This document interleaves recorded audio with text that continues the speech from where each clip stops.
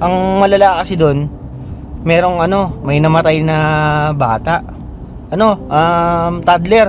Parang pa lang, 17 months. Magdadalawang taon pa lang yung bata, namatay. Tapos merong 7 na batang injured, saka 3 adults. He was cute, he was beautiful, he was smart. He was everything to our family. He was the only child and he was the only grandchild. He was the only one and we lost him. Yun. Yan na. Monday today. Aking tropa na si Aaron. Aaron! Siya? Local siya dito. Nung nalaman niya na nag-i-skateboard ako, gusto niyang mag-skateboard kami. Hindi niya alam yung skateboard ko, yung yung electric. Sa balik ko nga lang sa trabaho dahil sa skateboard na sabi niya gusto niya raw makipag-skateboard. Nung nalaman niya na interesado ako yung sa kasi siya dito, welder siya dito.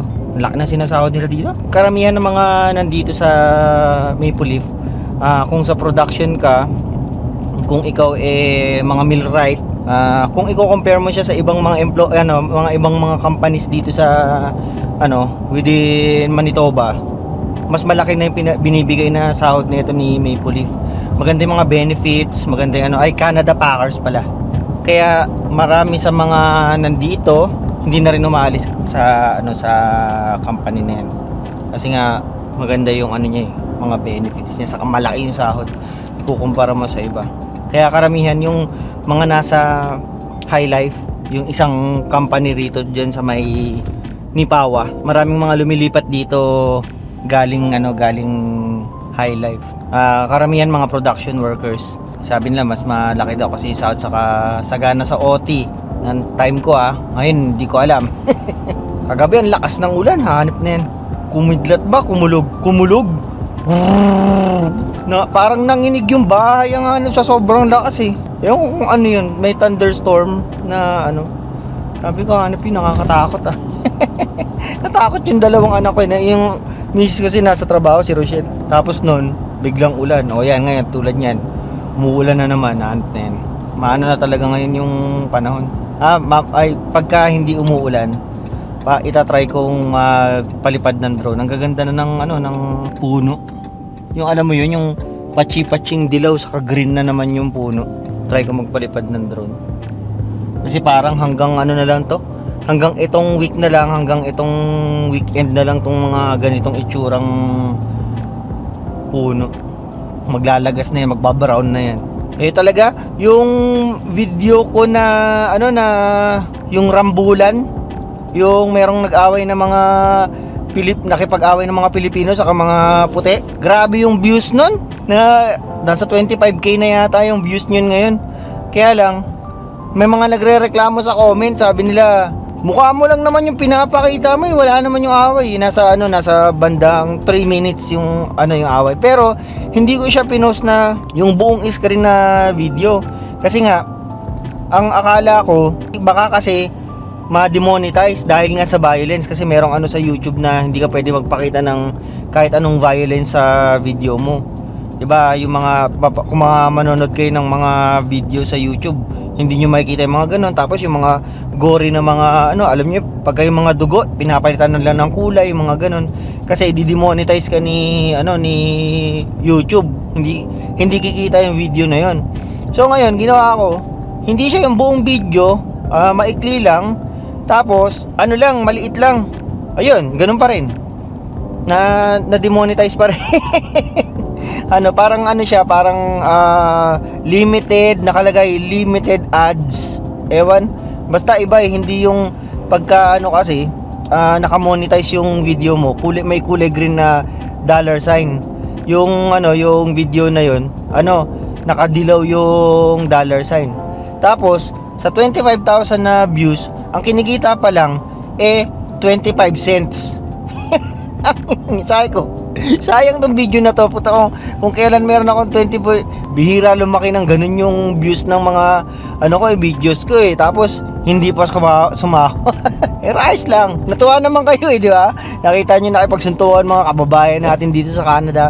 Di ba patalo mga Pilipino? Merong nag-comment doon kasi sinabi ko, pagka kaya nyong iwasan yung away, iwasan nyo na lang kasi di ba? Ano lang yan sakit lang ng ulo yan. Puto may nag-comment doon wala ka pala, duwag ka pala. Yan yung mga nagko-comment na ganyan. Yan yung mga napapaaway at masisira ang buhay nyo pag ganun. Huwag kayo sa ganun. Relax lang ang buhay, lalo na pag mga matatanda na kayo. Enjoy nyo na lang ang buhay nyo, di ba? Yan mga advice ni Brother Boy. Hindi tayo bas-agulero. Ano lang tayo, chill lang si Brandon Boy. Pero ang video ko sana na gustong i-discuss sa inyo yung nangyaring aksidente sa Toronto. Seryosong aksidente. Lahat naman na aksidente seryoso yun. Pero ang malala kasi doon, merong may namatay na bata. Toddler. Parang pa lang, 17 months. Magdadalawang taon pa lang yung bata namatay. Tapos merong 7 na batang injured saka 3 adults. Kaya nga nung araw na yon, yung nangyari na yon, yung nanay ng bata tumatawag sa local government ng Toronto or sa whole na raw ng Canada na sana gawing safe yung yung lugar kung saan merong mga yung mga daycare center. Daycare, hindi ko yata nabanggit, no. Yung aksidente na yon nangyari sa daycare center yun. Kasi dito sa Canada, kaya maraming ganyan na mga establishment, mga business dito sa Canada kasi usually pagka kunyari sample natin si Marlon D. Ngayon 'di ba nanganak si wife niya. Di ba nung pumunta kami dito, kami lang. Kung kunyari may pamilya man kami, pero yung sariling pamilya lang namin, hindi namin kasama yung katulad ng pamilya natin na nasa Pilipinas na kunyari yung asawa ko nanganak. Hindi mo po problemahin yung mga magbabantay kapag papasok ka na sa trabaho, di ba? Dito, ganun ang usual ng mga tao Kasi kayo lang yung magkakasama. O sino ngayon magbabantay ng kahit pa sabihin na isang taon yung paternity leave, isang taon yung maternity leave, paano pagka kunyari natapos na yung yung mga leave nyo na yun at papasok na kayo ng trabaho? Sino ngayon mag-aalaga ng ng anak nyo? Ang swerte nyo pagka meron kayong anak na 14 years old pataas, pwede nyo nang iwan yung inyong anak sa kanya kasi pwede na mag-babysit. Hindi na yun legal na yun na pwede siyang ewan ko 14 ba 15. Huwag nyo kayo ikot. I-comment nyo na lang sa baba kung anong tama. Tapos yun, pagka meron kayong ganong age na anak na, pwede na kayong mag-iwan ng mas batang kunyari may kapatid na mas maliit, pwede mo na siyang iwan doon. So yun nga, din mga babae, mga nagtatrabaho. Meron palang inaayos na kalsada rito. Sana pala hindi pala ako dito dumaan.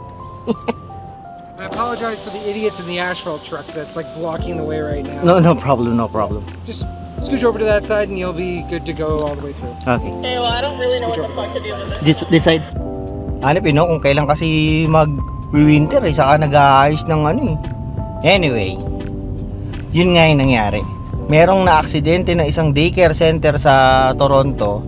Ngayon, ang gusto nilang gawin, yung mga daycare center na yan, gawin nilang safe. Alam mo yung mga yung nangyari sa NAIA, yung nag-fail na bollard sa NAIA. Ngayon gusto nilang nire-request nila sa local government maglagay ng mga ganung rin sa mga daycare center na mga establishments. Sabi ko, walang ya. Dahil pa NAIA merong bollard. Tapos hindi dapat nakalagay sa yung mga malapit sa parking. Kadalasan daw kasi yung mga na yan, establishment na yan nakapwesto lagi sa malapit sa parking. Ang nangyari kasi doon yung sa aksidente na yun, SUV na 70 years old yung nagda-drive daw, biglang dumiretso na lang daw yung SUV, syempre sinasabi ng mga ng authorities, hindi naman daw yun sadya. Kaya lang syempre, may fatality eh. Kaya kailangan pa ring managot nung nung matanda. Eh ang problema, aksidente, di ba? Kaya dapat daw lagyan ng mga safety precautions yung yung mga ganong establishment. Kasi yung kunyari mga cafeteria, yung mga ganyan, mga matatanda na kasi yung yung nandun sa loob na makakapag-react, ganyan. Eh paano kung kunyari bata, tulad nung nangyari na yun. Kaya hindi natin masisisi yung yung nanay na nagre-request ng ganon. Ang gusto niya raw kasi hindi na mangyari sa iba yung nararanasan nila ngayon, kasi isipin mo baby yun di ba? Hopefully mapagbigyan sila ng government at gawing gawing bagong sa mga daycare centers. Mahal nga ng rito yung magpapa daycare ka. Yung kunyari kasi kausap ko si Marlon D. Pagka merong mag-aalaga ng anak mo, nasa $30 yata yung yung mga private na magbabantay ng anak mo.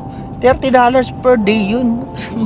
Ay meron daw mga mga government, ewan ko kung government ba na nasa lang daw 20. Pero mahal pa rin, di ba?